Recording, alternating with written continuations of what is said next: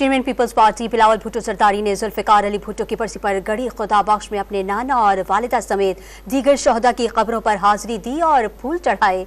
इस मौके पर जलसे से खिताब में बिलावल भुट्टो जरदारी का कहना था कि पीपल्स पार्टी ने अवामी मसाइल के हल के लिए हुकूमत की हिमायत का फैसला किया है।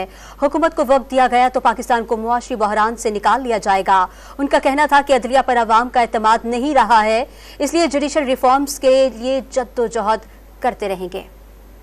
पाकिस्तान के अवाम का, आम आदमी की ये शिकायत है कि अब इस इदारा पे जो एक ज़माने में एतबार था वो नहीं रहा और हम स्पीडी जस्टिस दिलवाना चाह रहे हैं और हम अपना वादा भी पूरा करना चाह रहे हैं।